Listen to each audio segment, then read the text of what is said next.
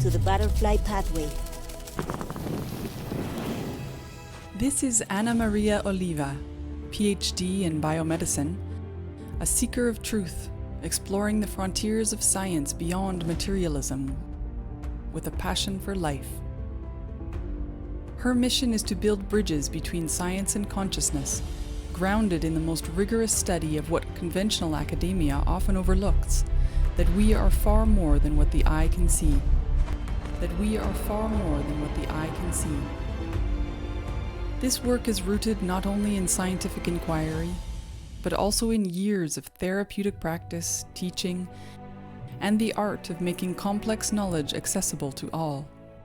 The Butterfly Pathways honors her own path, because before being able to fly, the butterfly was a caterpillar hungry for the sky. One day it wove its shelter, and everything it was before dissolved. Its form, its history, and its identity. It learned that freedom is conquered within, and that sometimes to fly, you have to surrender to the mystery.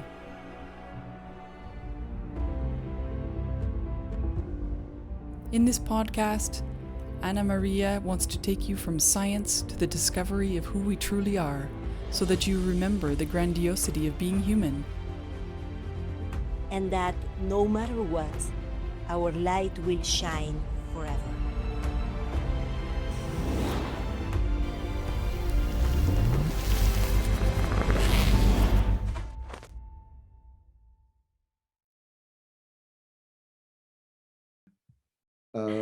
I can try. Hold on a second, and I'll make you a co-host. Thank you. I'll try to make you a co-host too, Josh, if I can do that. All right, you should have the power. I think I can do it. Yeah, perfect. Well, so yeah, that's a good question when you ask me what do I do, because it's quite interesting. I do a lot of different things. And one of the things that I love doing is building bridges between science and consciousness. So since I know that today the topic was about consciousness, I've been focused this presentation a little bit on that. I could talk about the electric experience of life and the electric physiology, and there is something connected with the next guest that has to do with that, but we will have more time about that. Today, this month is about consciousness, and that's a topic that I love, because consciousness means being aware. Consciousness means what makes me unique. And this is one of my passions, expressing what each one of us has as a uniqueness. We all have our digital fingerprint that is unique because we have a unique way of doing the things. And our iris is also unique because we have a unique way of seeing the reality. This is something that I really love. So today I want to bring something that is a little bit like closing a circle, because we've been talking about the physical body, the energy experience, the emotions, and this is a reflection. This is my personal reflection about all of that, about being conscious, about being aware of who we are and why do we get sick, and of course, how to build health. That is especially what we want.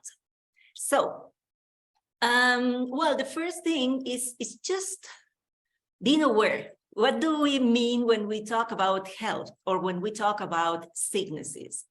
Because in medicine, I'm not a medical doctor. I have a PhD in biomedicine. That means that I'm in that field where the medicine does research. Medical doctors have a degree in medicine.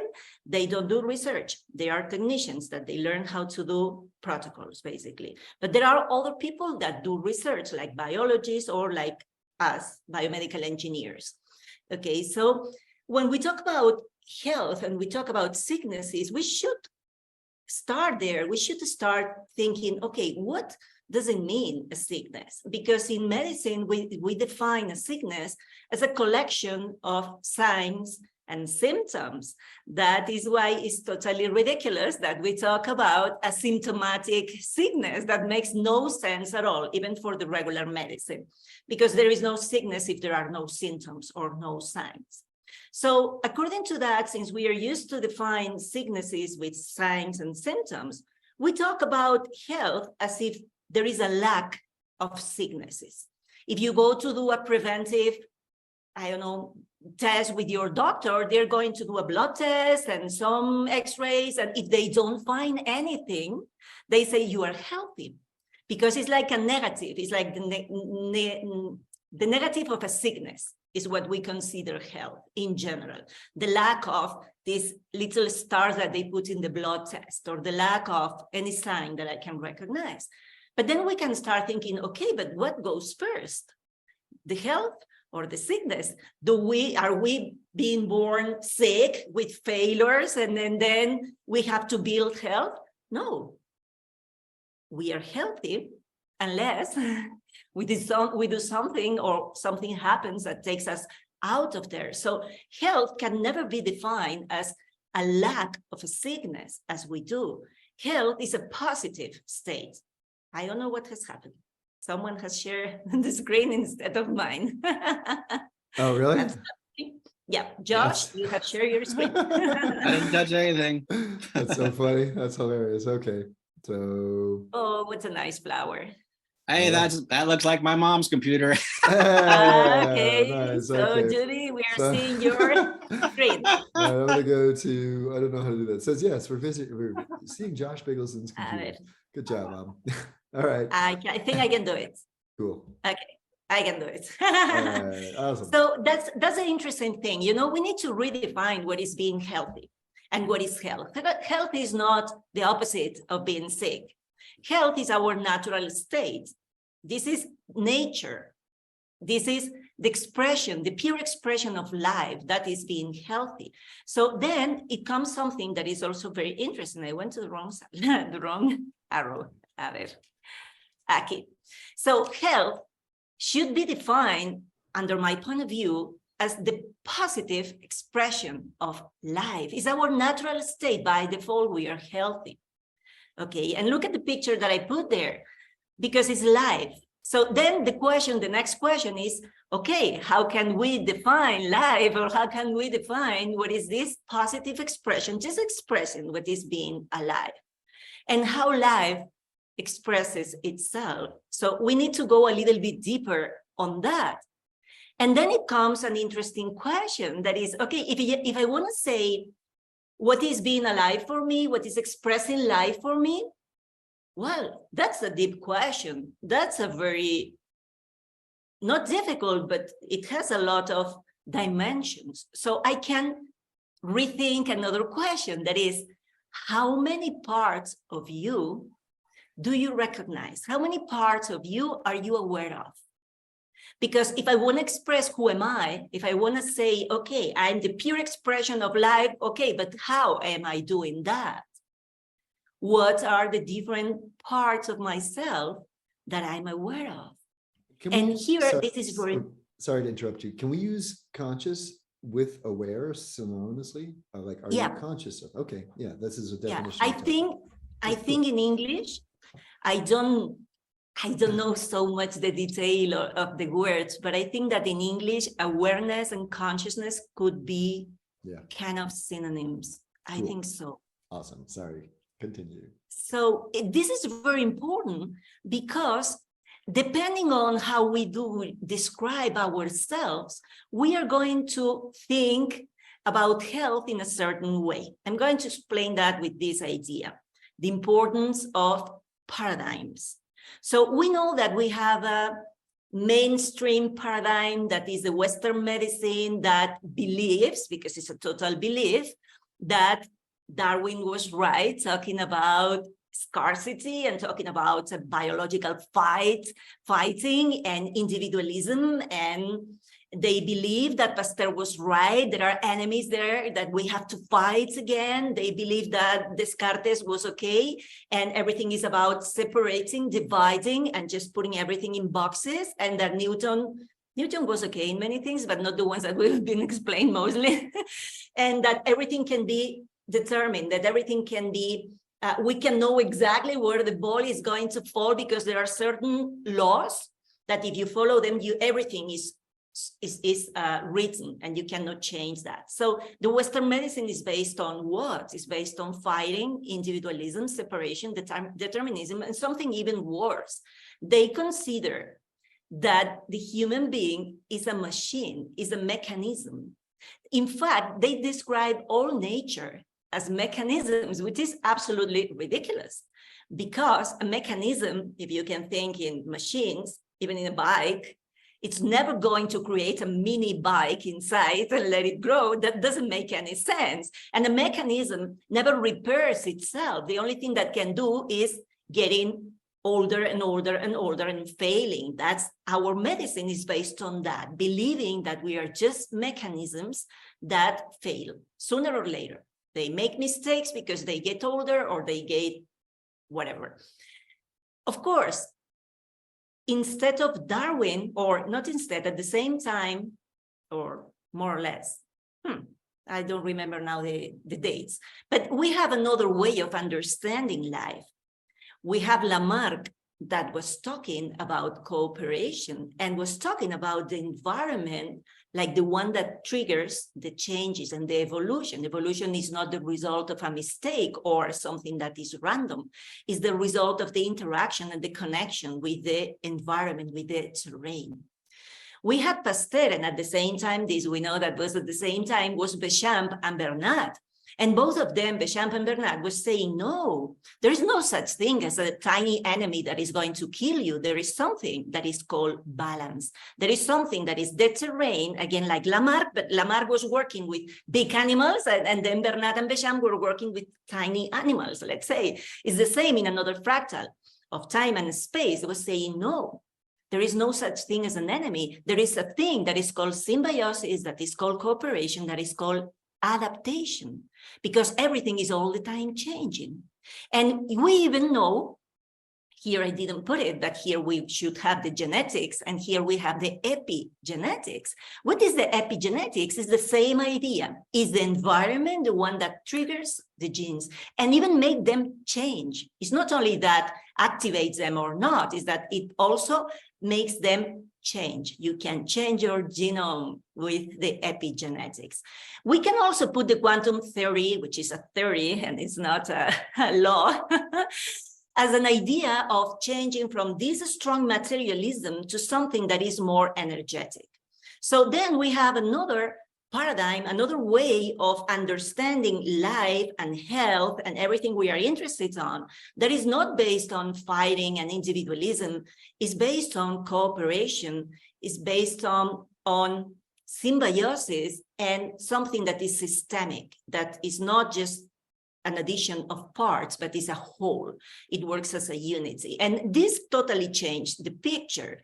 And this depends on this science paradigm we are following. We are studying in the different universities that we go. If we've been trained like this, of course, we think this way. If we learn other things, we can start thinking in a different way. One of them brings us to killing. Is the paradigm of killing the microorganisms, killing everything and fixing a body that makes mistakes. The other is about healing, which is totally different. But let's come back to this other that I was saying. How many parts of you do you recognize?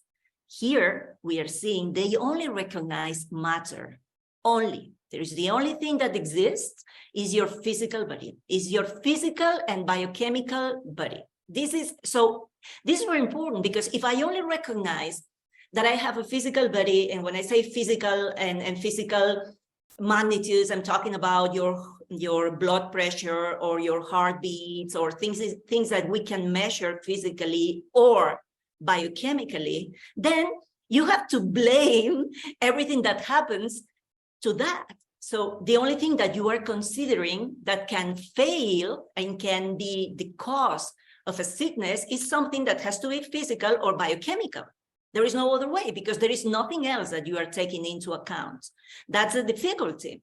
If we don't start thinking in ourselves like something bigger than that, it's going to be very, very difficult. And we are going to be hyper-focused in just one level of ourselves that is important, but it's not everything.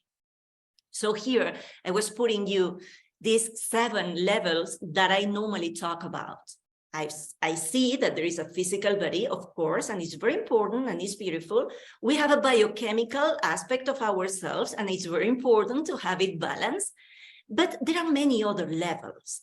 For example, when you look at a plant, you see how the plant goes totally against the laws of physics, because it grows up against the gravity. It should go down if it was following the gravity, the law of gravity, but it goes up, and it's getting all the time more and more complex, which doesn't make any sense, because the second law of thermodynamics tells you that everything tends to chaos. So just observing something that we all have around, we can see how, I think they are missing something important. There is something different that makes that the plant grows against the gravity and against the second law of the thermodynamics, and that is called energy. We have all experienced that. You start dancing, you feel better. You move, you feel better.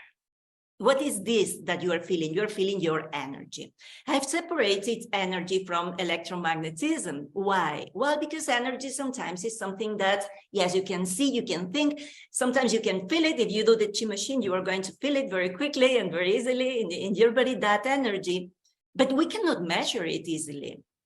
But there is another, and for me, this has been my specialty during many years, is the electromagnetic physiology. Why? Because it's the perfect bridge between science and consciousness, and between the Western medicine and other Eastern or holistic medicines, because electromagnetism is something we can measure. And in fact, we do that all the time. We have the electrocardiogram, we have the electroencephalogram, and everything that begins with electromagneto and finish in gram, and in the middle, it has an organ, basically.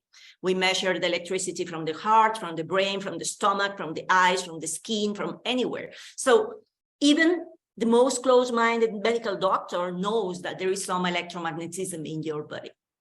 And this is a very important thing, because if we're aware that we are electromagnetic beings, you are going to understand why grounding is so important, and why being beside the router the whole day is not the best option. You are going to understand that there is another way of treating people with electromedicine, which can have a direct effect in your physiology, even when you are not touching anything that is biochemical. So you can start understanding life in a broader way. You will understand the power of the sun and the importance of the UV light on your cells. And it's not, oh, they're dangerous. No, they are not. They're necessary. You will stop wearing your sunglasses the whole day because you need that light for you in general. And then we can also recognize, being aware that we have emotions. Well, I think we are all aware that we have emotions, and that after a really bad day, or day that you have been suffering a lot, that you were very sad, you can have a flu that is just the result of your emotional thing. We can also recognize that we have a mind, and that the way we interpret reality makes us create certain emotions. The emotions at the end come from how do we interpret what is happening. A very easy example that Adam knows perfectly well. Every morning we bring the children to the school. That means almost 1 hour, basically, because it's kind of 25 minutes going there and 25 minutes coming back, depending on the traffic. You can interpret that 2 different ways. You can say, it sucks waking up early and start your day 1 hour trapped in the traffic. You can think this way. You are going to have a biochemical reaction. You are going to have an emotion that is connected with that, because you are interpreting the reality this way. You can also think, wow, I start every day singing loud with my children, our favorite playlist, going to the school and in an awesome road full of green mountains, and wow, that's a great day, great way of starting my day. You can choose how you interpret reality. It depends on you, and you are going to create the emotion, that means the biochemistry in your body connected to that interpretation of the reality. And then you can even go farther and realize that we are spiritual beings, that we are just experiencing and learning of being on this earth. And this is about definitely your spiritual experience and your beliefs. So at least I think that it's very easy that we can make our point of view about what is health a little bit bigger by incorporating all these things. And this is very important because this is going to make different medical models. And this is awesome. This is something that I love, observing how the different medical models depend on how many parts of you are you considering. Because you have a whole medical model that is the Chinese medicine that is based on what? It's based on energy and the transformations and the movement of that energy. There are some factors outside and others inside. They also consider somehow the emotional reality, but it's basically energy. And you can have another cosmovision that can be totally different, that is totally based on trauma and the physiology of trauma. That is the New German medicine, Hammer. He talks about I don't want to classify that as emotion because all the people from Hammer then criticize me because Hammer was not talking about emotions, but about the psychic impact. So that means trauma, which is different than an emotion. But more or less is how this big experience that we are having in life make our body change, and how the body gets in, let's say, in control to save us. That's amazing how the different cosmovisions are based on how many parts of you are you aware of? Do you think you have? Yeah. So, for example, I was saying our regular medicine only takes into account the physical body, well, the biochemistry too. So it's looking for what is wrong in your physical body. If there is a broken bone, of course, we have to address that. Yeah, you can take some x-rays to see if you have a stone in your kidney. You can, but you are going to just describe, not understand, just describe, which is different. How is your physical body working? You can also add the biochemical, the regular medicine does it. And if you only consider the biochemistry in your body, then you are going to be hyper-focused in, for example, nutrition.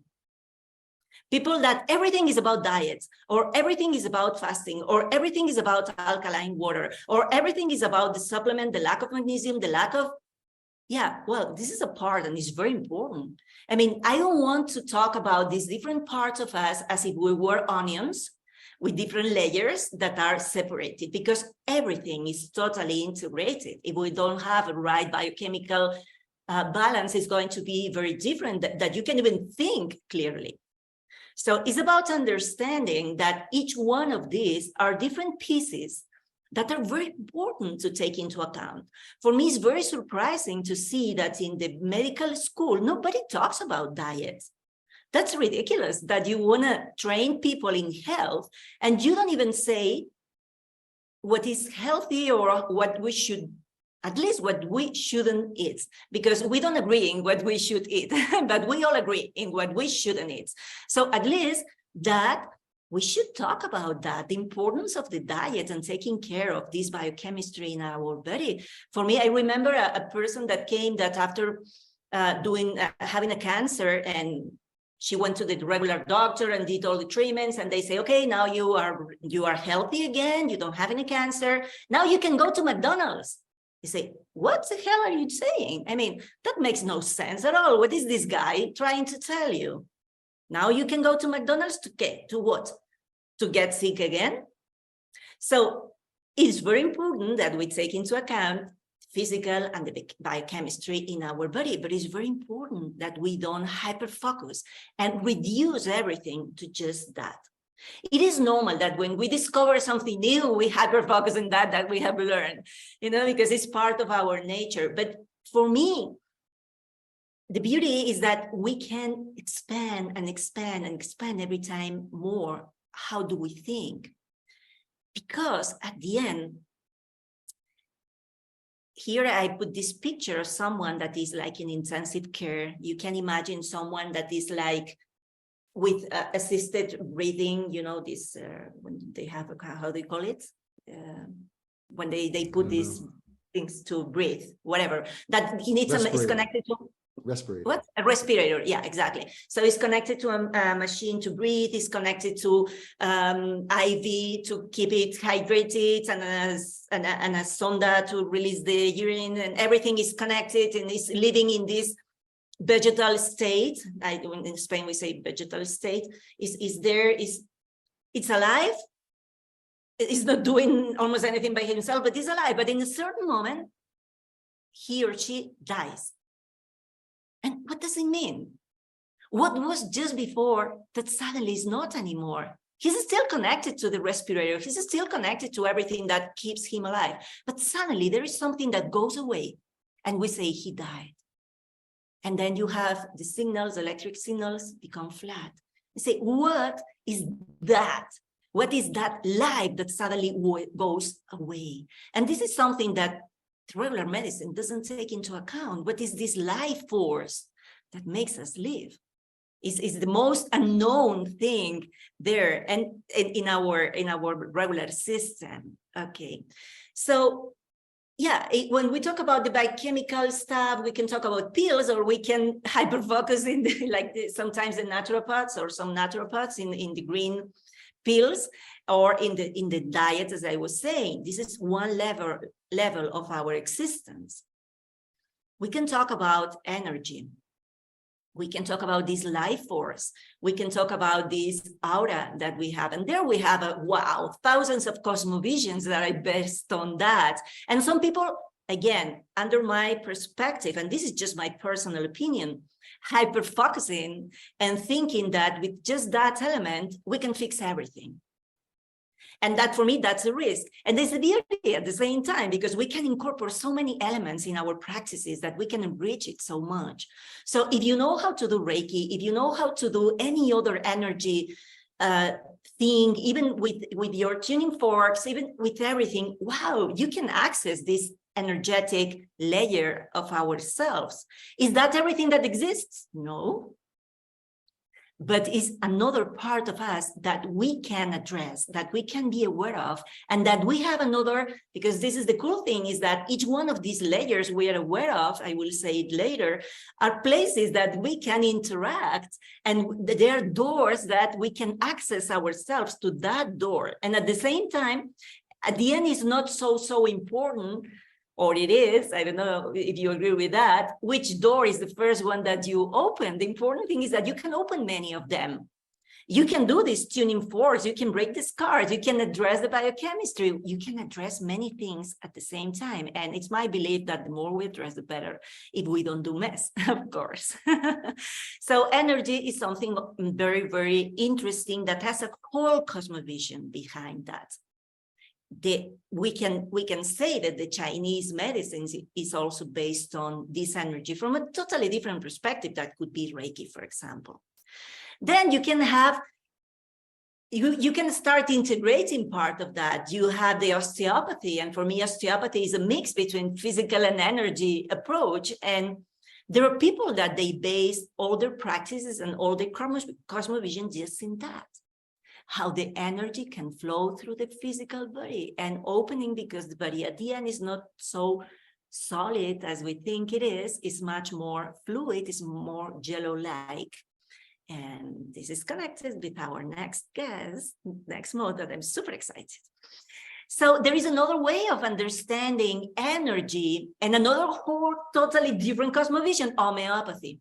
What is homeopathy based on? It's not based on biochemistry.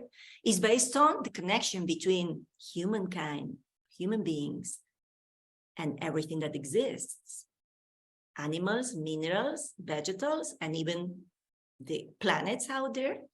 So it's a whole cosmovision based on energetic connections. And that's awesome. It's another way. The only thing is, it's another piece to the puzzle. For me, all of them are pieces to the puzzle. We can mix the energy with biochemistry. We have the Schussler salts, which is another way of addressing what is happening in the body. Look, that each one of these things that I'm saying is a whole model, is a whole medical model based on what? Understanding men in a certain way. Because the Schussler salts is a kind of homeopathy, but it's based on the biochemical composition of our body. Does it help? Yes, a lot. It's another important piece to the puzzle.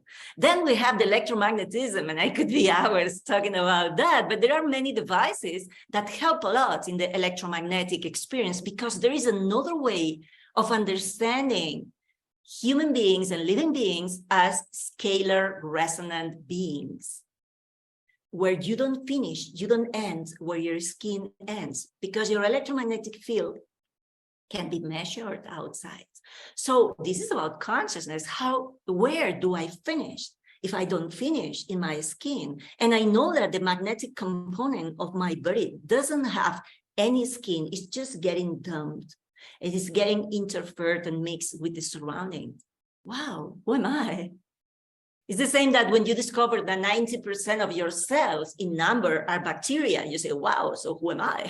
What is being a human being? It's being like a colony of bacteria. It's like being a hotel of bacteria. What is, who am I? And how can I take care of this other part of myself? And I put here two different pictures. One of them is the antenna, this 5G antenna. This is important. We cannot just hyper-focus, as I've seen since the beginning of the COVID, that COVID equals 5G. Well, let's talk about that, because we are not just an electromagnetic or a scalar being, resonant being. We are not just that. We also have a physical body, a biochemistry, we have an energy, and we have many other things. And the risk is that we hyper-focus in just one thing, or the risk is that we neglect this part. We cannot neglect this part. This is another important piece in the puzzle. And then we have our emotions, and emotions are talking about what? Talking about how are we interpreting life. You have to choose. You don't feel recognized. You feel scarcity. You have fear. You feel impotent. You feel in danger. You have to carry the whole world on your shoulders. All this interpretation of the reality is what creates what we call emotions. That is not something that is there or makes me feel butterfly in my stomach. It's biochemistry in your body. And we can address, and it's very important to address that biochemistry and that emotional reality. We can address that with psychotherapy. We can do many different things. We can use the Bach flowers. The whole medical system, and it's a whole medical system of the Bach flowers, is based on that. Dr. Bach, he realized that, well, all the people that come with this symptom, they have this situation, they have this emotion. So let's work on the emotion, and that symptom disappears. And the Bach flowers are based on that.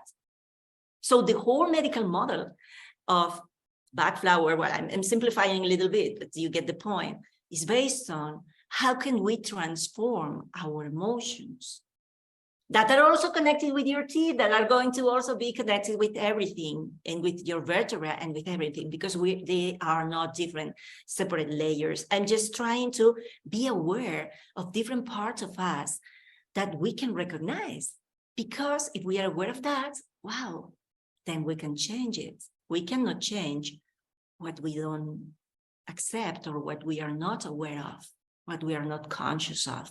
I put here this typical hammer thing, putting emotional and mental together, so as anybody complains, because for me, my interpretation is that hammer offers an awesome piece to the puzzle, but it's not the only one.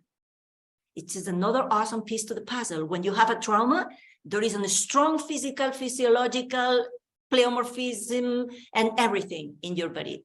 And there is a very nice connection with all the pleomorphism and hammer, because he explains you how the microorganisms go there to help you. For what? For processing what you have not been able to process. Because if you can manage that, it's not a trauma. If it's a trauma, it's because you couldn't manage that. And that has an immediate effect on your body. And Hammer explains it perfectly. It's awesome. His cosmovision is so rich and so beautiful. It's another important piece to the puzzle.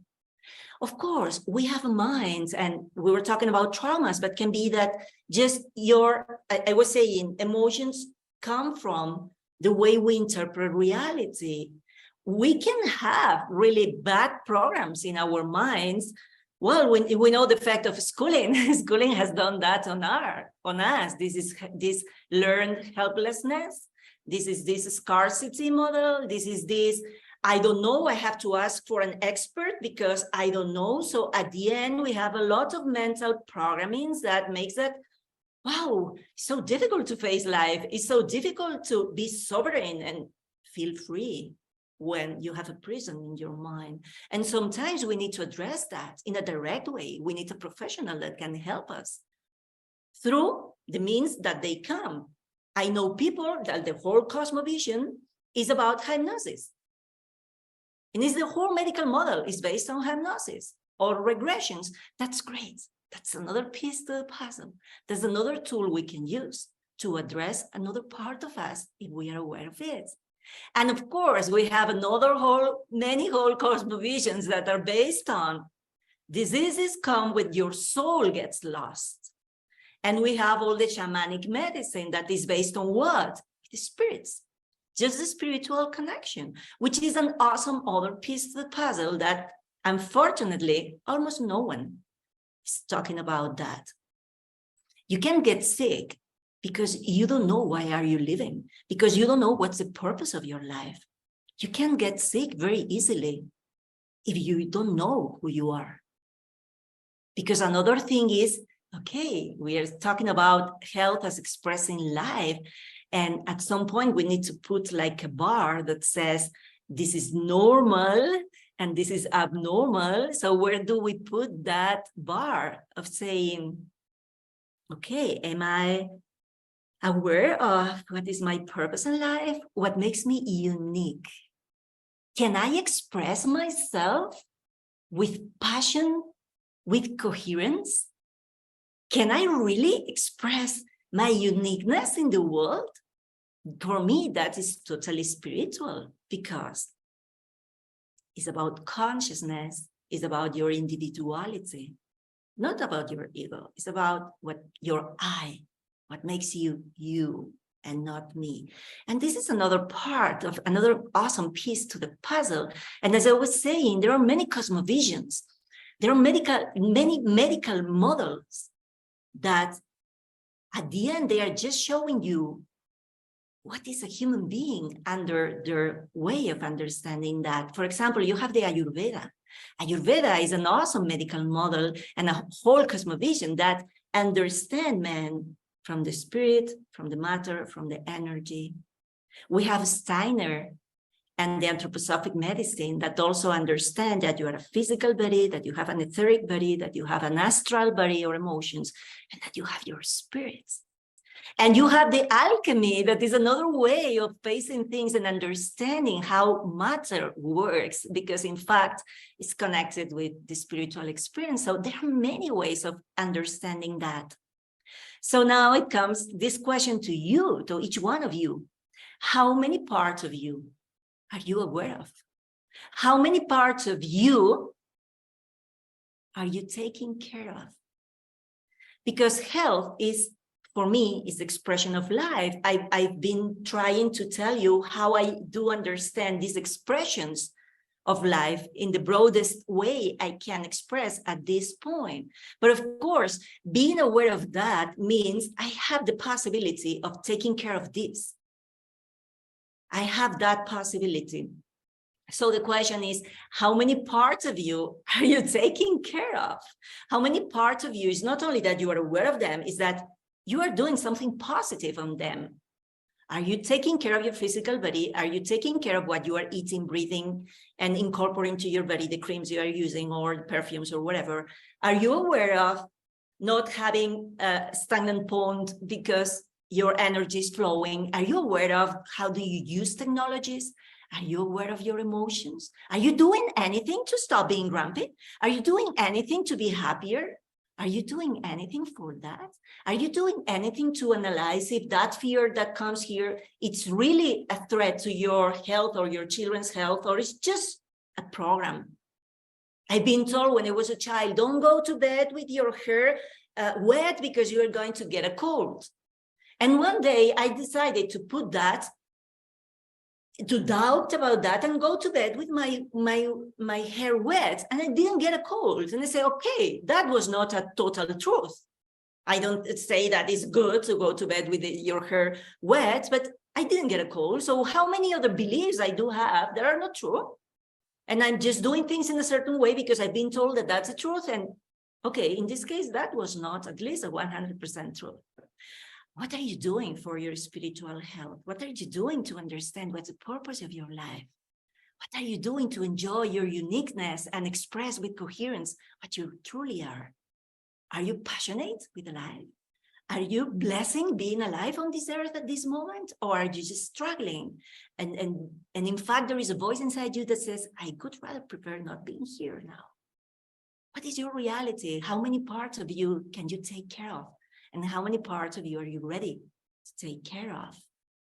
Life requires a dynamic balance in all the aspects of ourselves. We cannot hyper-focus on diet, as we cannot hyper-focus in the 5G, and we cannot hyper-focus and just be in spiritual. Oh, that's it. No, it's not. It's not. It's everything. Life is about adaptation to the continuous changes. And this adaptation creates symptoms. And this is the second word we need to redefine. Because if Adam and I go together to the mountain, taking into account that my life lately has not been so physically active, I will probably start having like a super active heart and breathing harder and sweating. And who knows, can be that Adam also starts having a more active heart and breathing stronger. And that means that I have contagiated him. I have transferred my symptoms to him. No. We are doing an adaptation to the changes. And we are doing that at the same time because we are living similar experiences.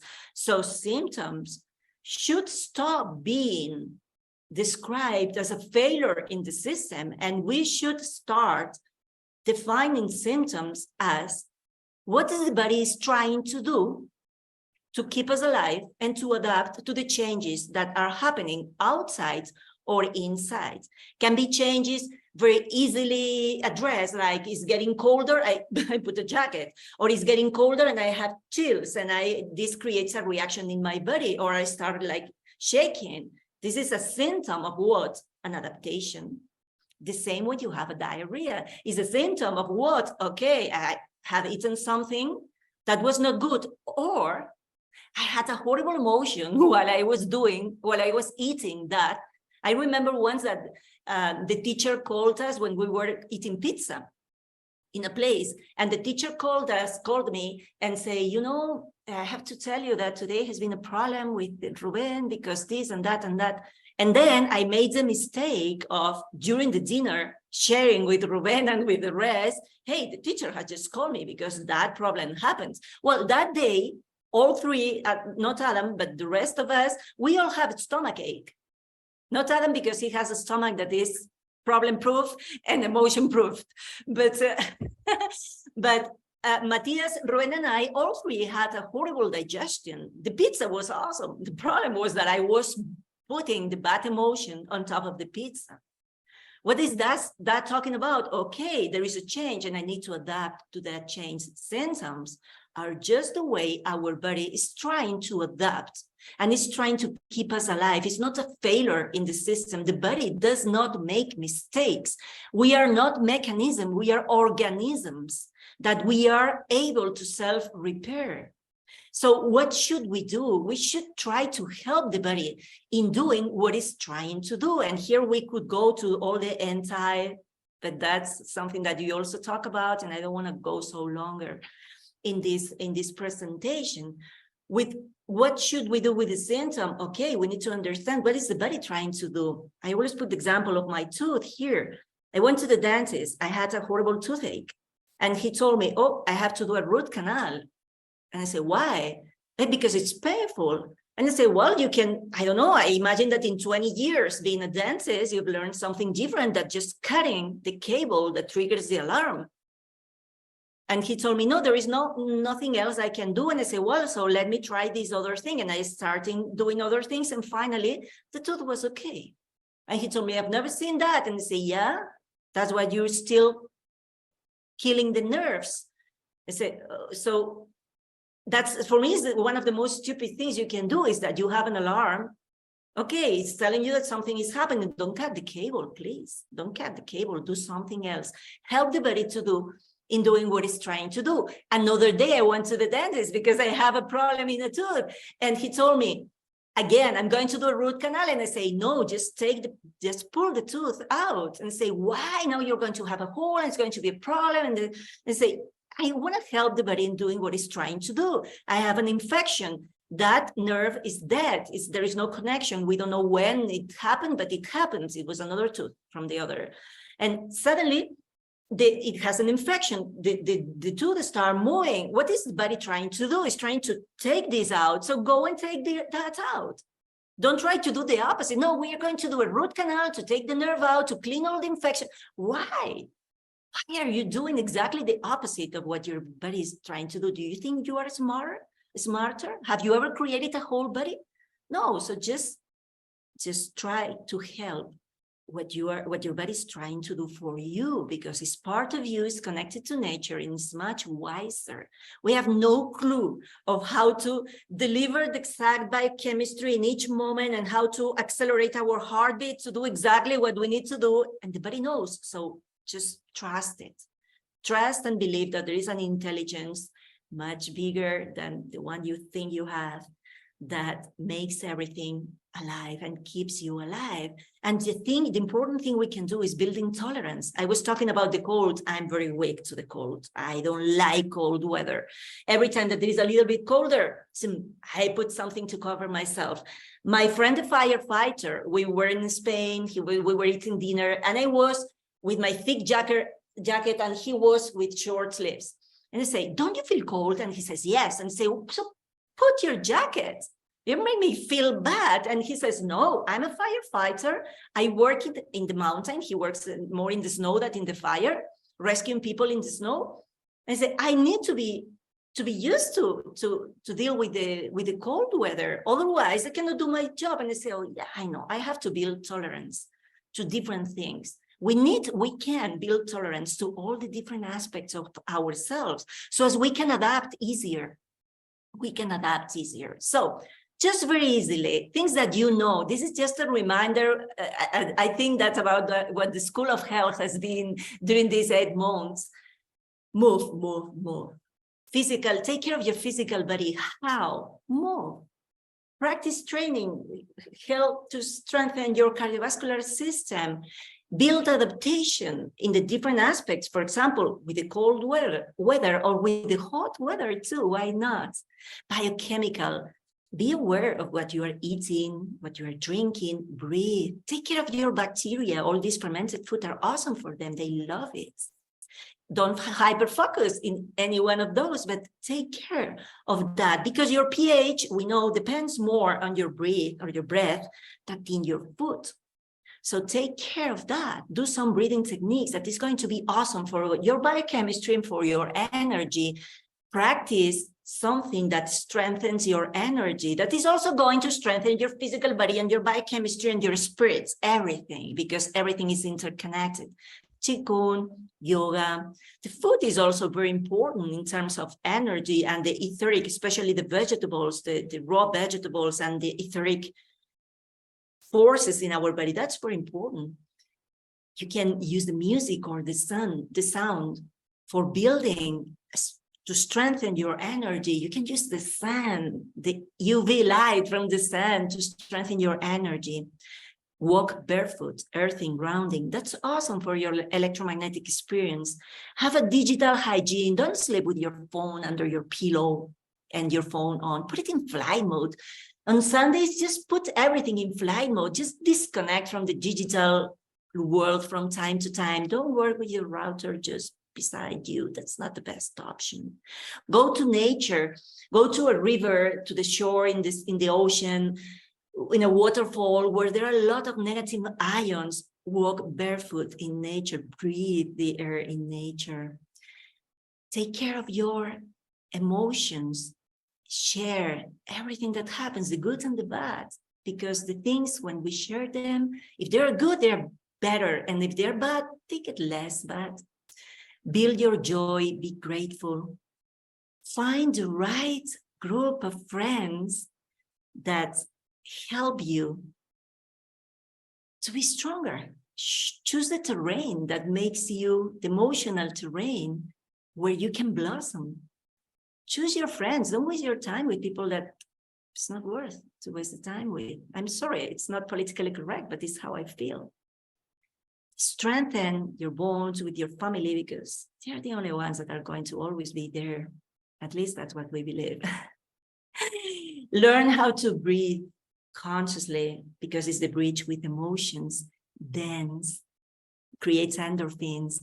And the art is one of the most awesome things to balance our emotions. I really encourage you to have a hobby that is connected with something artistic because that's the easiest way to go to an much different emotional state. Friends are also a good way to do that. Just sharing with other person helps you a lot to change your emotions. But if you don't have anyone, do something with your hands, create something beautiful, put more beauty in your life. This is going to help us a lot.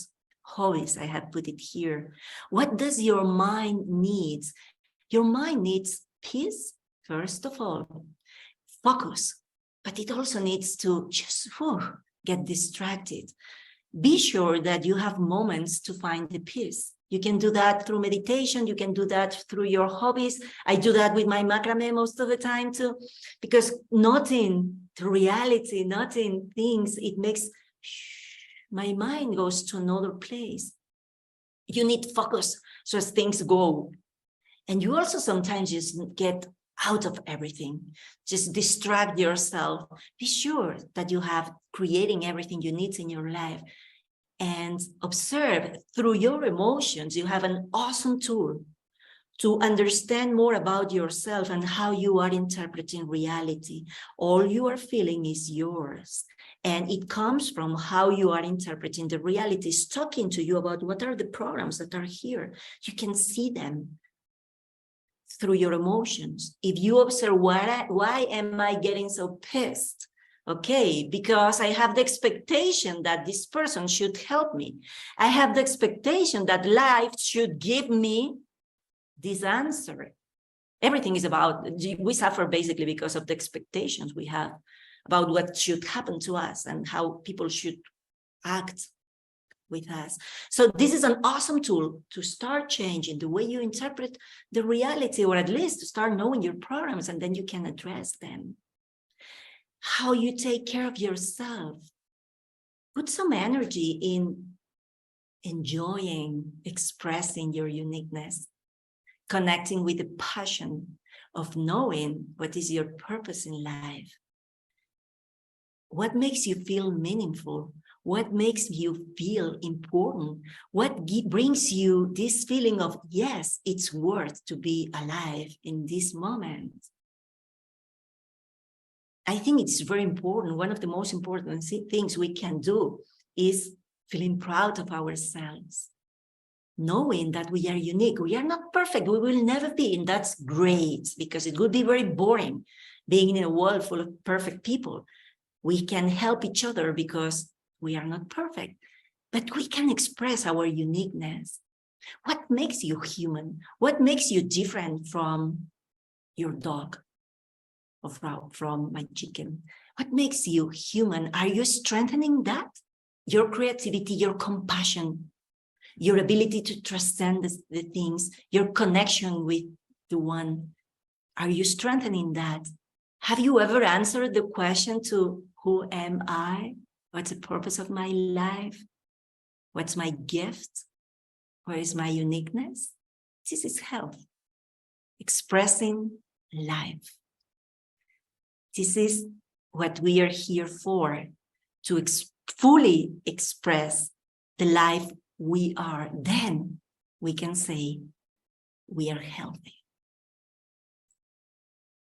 That's it. That's it.